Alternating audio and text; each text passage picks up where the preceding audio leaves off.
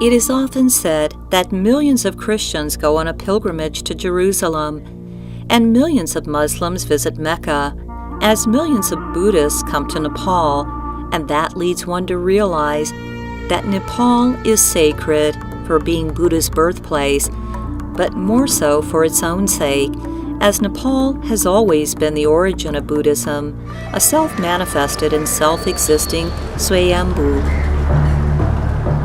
What then is Swayambhu? Legend has it that Kathmandu used to be a lake.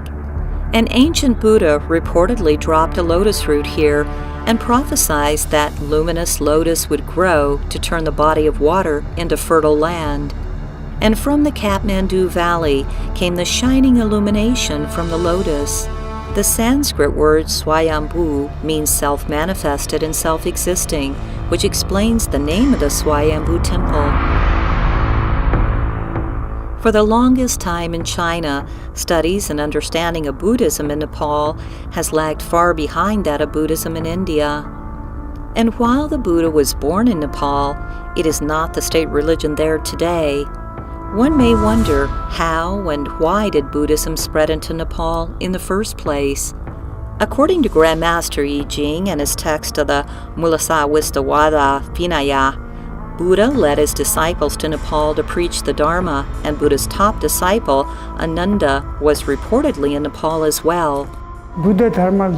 加德满都的佛教就是在释迦牟尼佛的时代，那时候释迦佛有个弟子叫阿难尊者，那他来到加德满都，那时候这边很冷，那他是赤脚过来的，他的脚底都裂了。然后他回去的时候，佛陀跟他说：“你辛苦了，现在你们在最冷的地方都可以穿鞋子了。”所以说，佛陀时代的时候，佛教就已经传到这里了。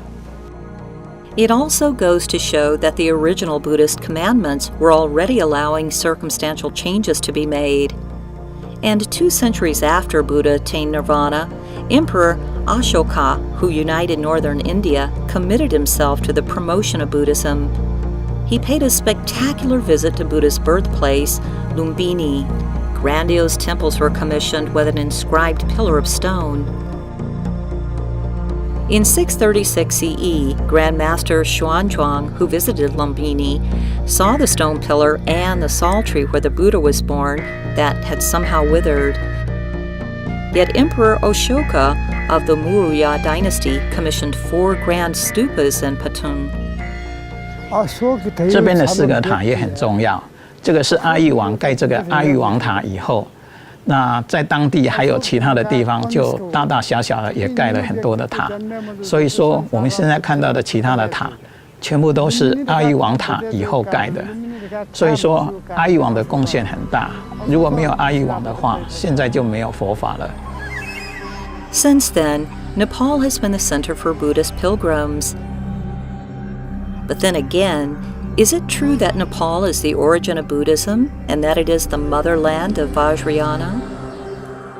金刚乘佛教起源于印度那伦多和乌迪萨那一带，那一带后来被穆斯林侵略以后呢，那里的那个大师们呢，大部分是逃到加德满都来了，所以加德满都可以说是第2个中心，世界性的中心。然后他们在加德满都期间对佛教也做了很多的贡献，然后有些大师从加德满都又到西藏去弘法，所以藏传佛教跟加德满都佛教是有非常密切的关系的。Between 880 and 1200 CE, Patan and Nepal stood shoulder to shoulder as the center of Dharma studies with Nalanda. How do we back up this claim?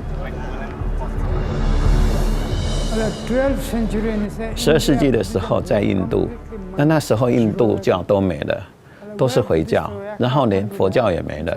加德满都就变成所有佛教的中心，北的地方的人也都是来这边读书，这边就成为一个佛教的学校，一个佛教的大学，所以说佛教的中心在加德满都。It was during those centuries that Buddhists in Nepal helped spread Buddhism by making significant contributions, including Nepali Buddhists disseminating a lot of handwritten scriptures in Sanskrit, and many grand Indian masters lecturing there. And leading academicians of Tibetan Buddhism had come here to study. Talents of all kinds gathered here. Patan, the academic center of Buddhism, is still a center of Buddhist studies today. The 2,500-plus-year-old Buddhism long enjoyed royal patronage in India throughout the Maurya and Gupta dynasties and flourished for quite some time there. The Grand Chakra master of the 5th century, Buddhabudra, was recorded as one of the Nepalese Shwarmanas who visited China the earliest. He arrived in China in 408 CE and reached the capital for Chan teachings. Then during the Lokesvaras dynasty, the king of the region that is Tibet today, Songtsen Gampo, married the royal princess of Nepal, Princess Birkuti, who had Buddhist scriptures among her dowry, which accompanied her into Tibet, which also marks the entry of Buddhism into Tibet.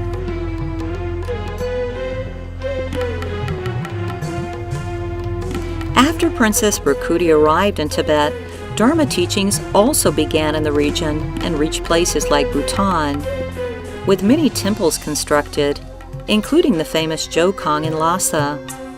Worth noting here is that during the 8th century, an important era for Tibetan Buddhism, critical pushes to help spread Buddhism came from the Nepali kingdom.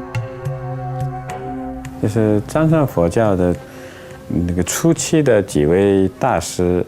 去西藏之前，他们曾经在加德满都修行或者是弘法都有。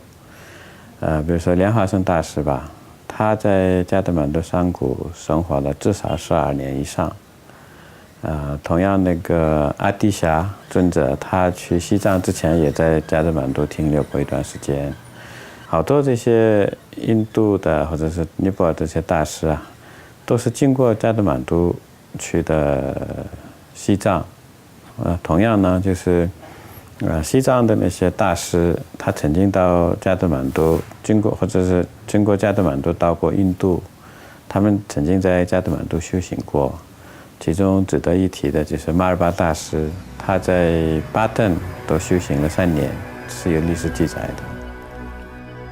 As laid open before us, the great Dharma teachers closely related to Nepal passed the torch of Buddhism wisdom to Tibet, thus providing turning points of its history, while securing for Tibetan Buddhism a path of decisive development in Tibet.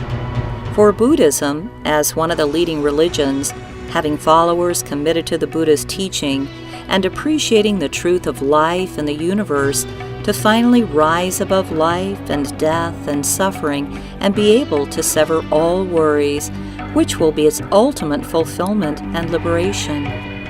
As the bridge linking Indian Buddhism to China and a midway stop for Tibet, the fact that Buddhism itself in Nepal witnessed changes over time but somehow managed to survive through it all while keeping the scriptures in Sanskrit intact must strike us as both amazing and touching.